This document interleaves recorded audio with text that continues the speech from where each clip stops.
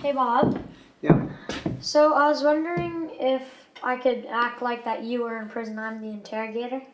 Why do you want to do that? It'll be fun. Trust me. All right, all right.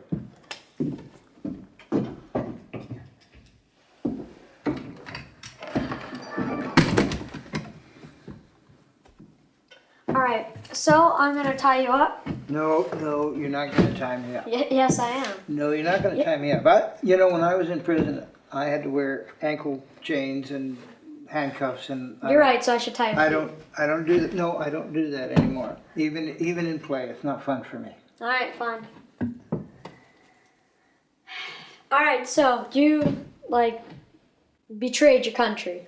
No, I didn't betray my country. That's what I heard. I heard that you did. So I'm pretty sure you did if I heard it. Well, maybe you're betraying your country right now, but I didn't betray my country. I'm helping my country by putting you away. Work that they're doing, so it put Bob in a position where he could not come out of jail. He's in jail right now and refusing to obey the order. So we need to remember him and to keep this fight going. So we have some words from Bob right now. Judy was able to get a speech from him, so we're going to play that right now. Hello, my name is Robert Lovelace. I'm a member of the Ardagh Algonquin First Nation. I so much wanted to be here today. When I found out that I would not be released on bail last Friday, I asked my friends to arrange to tape the address that I had hoped to bring to the rally.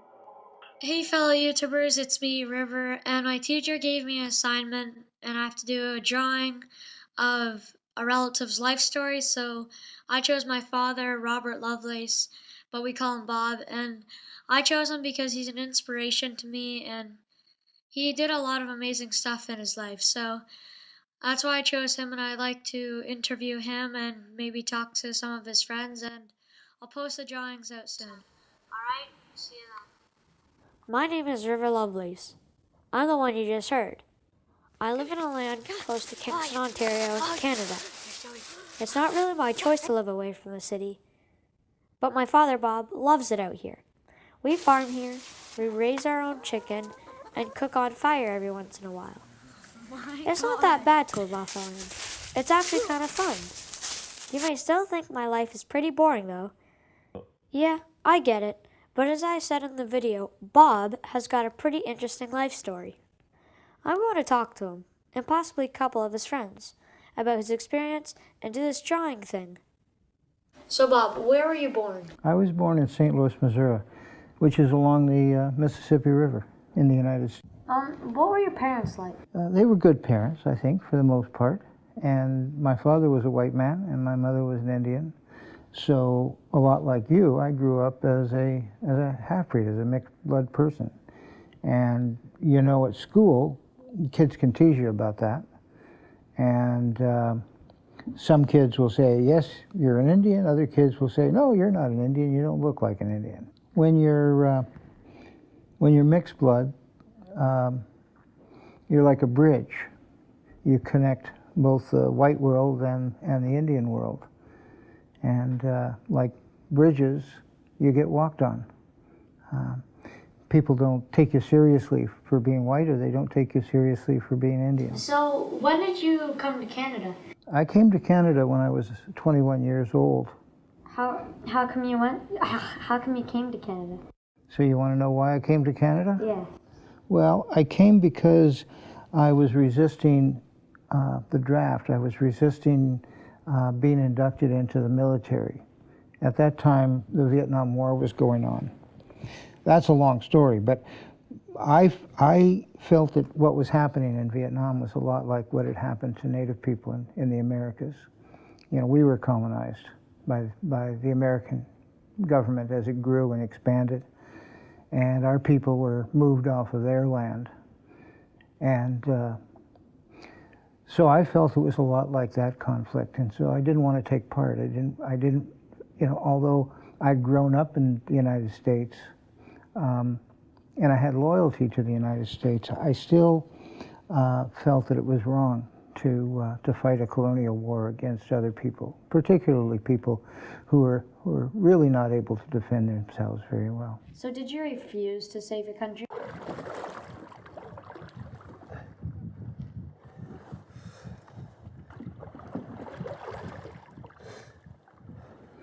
Well, I didn't look at it that way.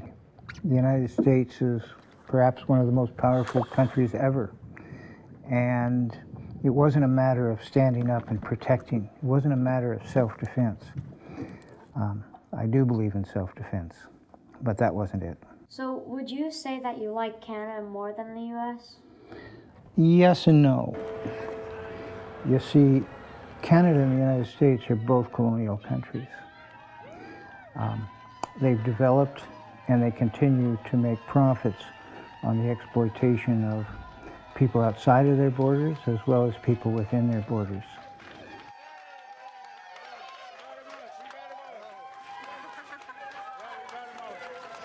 What is your message to all First Nations people who will be standing up for the Day of Action tomorrow?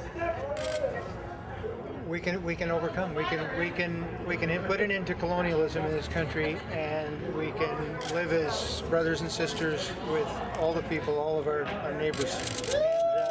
And, we can restore our own jurisdiction and our own sovereignty, and that will not take away from anyone else. Do you plan to go back to the disputed area? Do you plan to continue your protest, your occupation? We plan to continue to protect our land. How long were you in jail, actually? How long were you in jail, actually? I guess just over 100 days. 3.5 months. I just want to say one thing about the right to say no. If you don't have the right to say no, you don't have any rights at all. Because it's like being abused. Aboriginal people have been abused for such a long time, politically, legally, in residential schools, in all sorts of ways, and that's because we've never had the right to say no. That has to change. It's like when Harold and I and the community at Ardoch fought to preserve the wild rice. Wild rice? What's that? Minoman. Like when we went up to the river to harvest the wild rice out of the river. We call it minoman, but other people call it wild rice. And some 30-some years ago, the government of Ontario gave our minoman, our wild rice, away to a non-native harvester. And so we fought back. It was the first time we'd fought back. Actually, it's the first time our people fought back in a very, very long time. That was one of the most dangerous times I've ever seen because the people were so angry. And that when the police were in retreat, we thought the people would go after them, but the leaders, Harold and myself and other leaders, told them, don't pick up a rock, don't pick up a stick, don't threaten them in any way, let them go. And so we let them go, and we watched them go off on down the road, and they never came back. So did you end up in prison for that? No, I didn't end up in prison that time. I was in prison later on, years later, for fighting against uranium exploration and mining in our territory.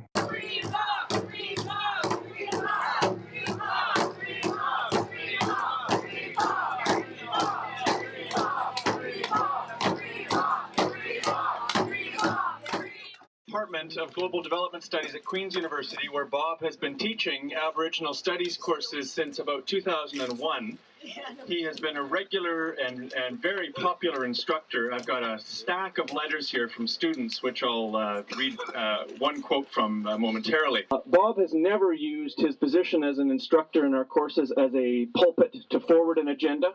Most of his students weren't even aware of Bob's role in this issue until they saw it on the TV or read about it in the newspaper, which I think speaks volumes to his character and how seriously he takes his teaching. Thank you. When Bob was sentenced, when the judge read his sentence, everybody in the courtroom yelled exactly that. They yelled, "Shame, shame." And he just looked down and he didn't stop us because he knew that he couldn't. Justice, not jail! Justice, not jail! Justice, not jail! Do you know what uranium is? No. What's uranium? Uranium is a radioactive metal, and there's a lot of it in our territory. And the miners wanted to get at it But what's left behind is all the pollution and the radioactivity from the uranium mining. And that gets into the watershed. That gets in the lakes and the rivers and the swamps. And you know our land is as much water as it is land. So that water flows downhill. And it could have poisoned all the food inside the lake, and we would eat it, and we'd probably get poisoned. Yeah, it would poison the fish. It would poison the people who were drinking the water, and it would go out underground to the people who had wells. So very toxic. So why'd you end up in prison? Did you commit a crime? No, I was charged with contempt of court, which meant that the court had made a ruling, and I refused to obey that ruling. Well, if you're in there, you deserve to be in there. Well, I guess some people do, but I didn't. I was a political prisoner. But you didn't listen to the law or the police. Well, let me put it to you this way. What do you think's worse? Disobeying the law or not protecting the land? Obeying the law. Well, in this case, I believe that protecting the land was more important because Algonquin law, But it's not. Obeying the law is more important. Our customary law of Algonquin says that our first responsibility is to protect the land and the people. Who cares about the Algonquin law? Well, I do, and so do a lot of other Algonquin people. Most of us cops don't. Well, son, I hope when you're old enough and have to make decisions like that. Oh, I forgot. You're the interrogator.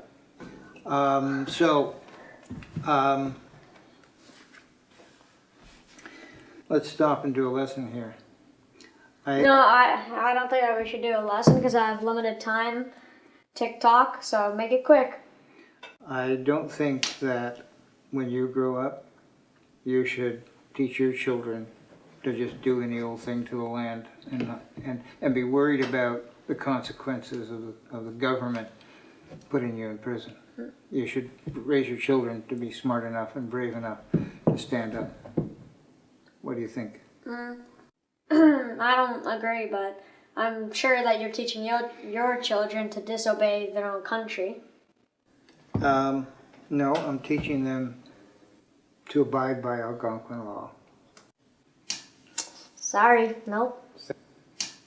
Okay, well, I'm gonna handcuff you. No, that's not fun. No, thank you. I'm gonna handcuff you, come on. No, that's not Look, fun. I have to handcuff you. Okay, that's not play because you know what?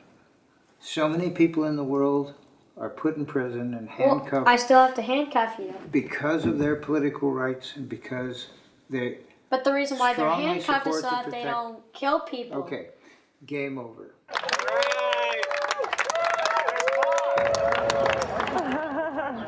No more bars, Bob. No more bars. When I was released from prison, I was also released with the chief and the band counselors from Kitchinuma-Kusibininiwag. That whole process changed Canadian law. It created a recognition of the importance of Indigenous customary law. It also meant that in Northern Ontario, much of Northern Ontario can no longer be mined. It means that governments and corporations have to consult with Aboriginal people, with Indian people, before they start development. And the Mining Act in Ontario, which had never really been changed in 100 years, was suddenly being changed in a way that forced the government to sit down and talk with Aboriginal people, Indian people, before they ever think about issuing permits or promoting development on Indian lands. Hey Bob. Yeah. Do you want to become the Prime Minister of Canada? No, I don't want to become the Prime Minister of Canada. Why not? I don't have a lot of faith, any faith really at all, in the way things run in Canada. See, democracy isn't really the voice of the people. The way it works in Canada and a lot of other colonial countries is that they're in business. They're in business to make profit for the wealthy people. And so the ordinary people like you and I, and the indigenous people, we get taken advantage of. And because of that, we have no say in protecting the environment. We have no say in protecting our people. And so democracy really doesn't work in that way. Do you want to be the king of Canada? No. I don't want to boss other people around. But besides that, I don't think that there should be kings. I think that people need to think about looking after the place where they're in, not looking after everyone else's place. See, that's what the re-indigenization is all about.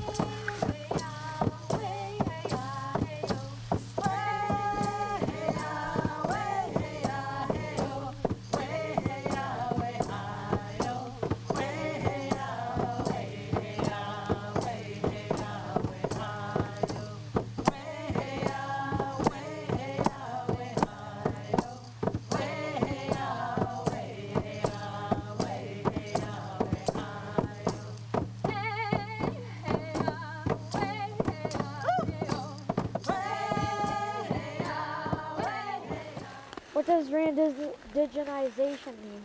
Well, it means just that, learning what our ancestors did and how they did things, how they lived well on the land, how they took only what they needed and gave back, looked after the land, made sure that it continued to work for them. And so they learned lots of things, you know. They learned how to build shelters like the sweat lodge. They learn how to build fire. They learn how to trap small animals so that they can eat. And don't forget, re-indigenization isn't just for Indian people. It's for all human beings. All human beings once lived in harmony with the earth.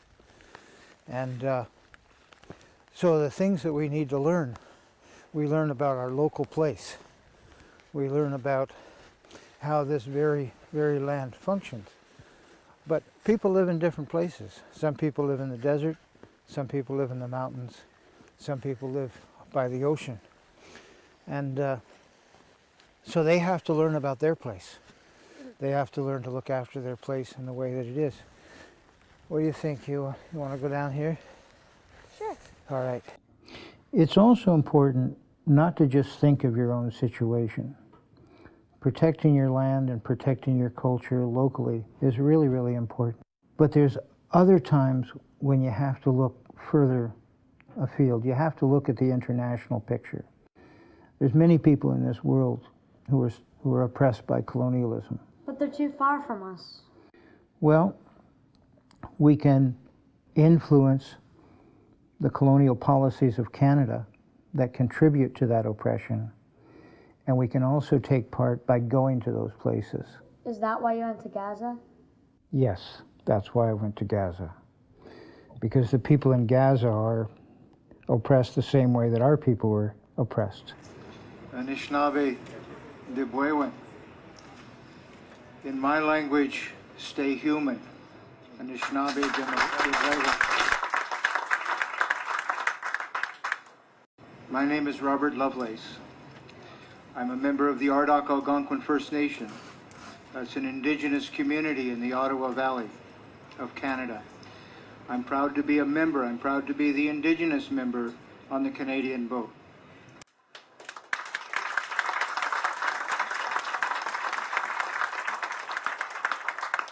It is time to recognize that the Palestinian people have the right to self-determination.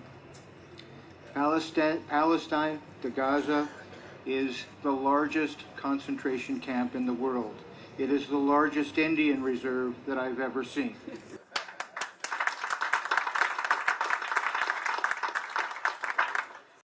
We need to open the port. We need to open the gates for people, the Palestinian people in Gaza,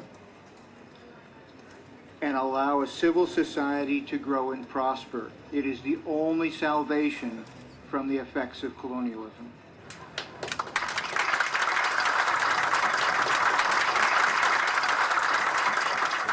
Our Minister of Foreign Affairs in Canada said that what we are all doing is just a provocative act, and had we simply gone to Israel and asked them permission to deliver the aid, that everything would have been fine.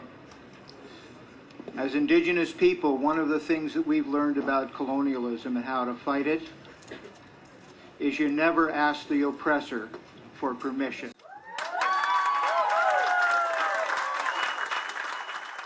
So Bob, I need to take notes so I don't forget. Do you want to come back to this later? Yeah, sure. What's all these questions for? Well, I need it for a school project. Okay, all right. Canoeing? Later? Sure. We'll do that, okay? No, don't shake What? my hand. Kids don't do that. Yes, I do. Oh, yeah, we will. You go make some notes, and I'm going to go pray. All right.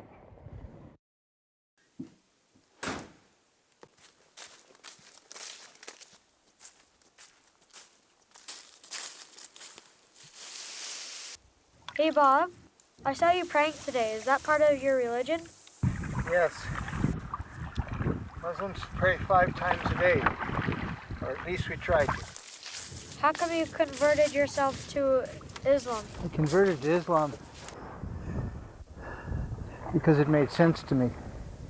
When I was in prison, I began to read the Quran, and it made intellectual sense. And then I spent time on the flotilla, and I spoke with my friend Mohammed. We shared accommodation together, and we talked a lot about native spirituality and about Islam, and I saw a lot of things that were the same. And so my heart, it made sense. And then when I was in Istanbul, I went into a mosque, and it was the most peaceful place that I'd ever been in. And I knew that there was something really special about Islam.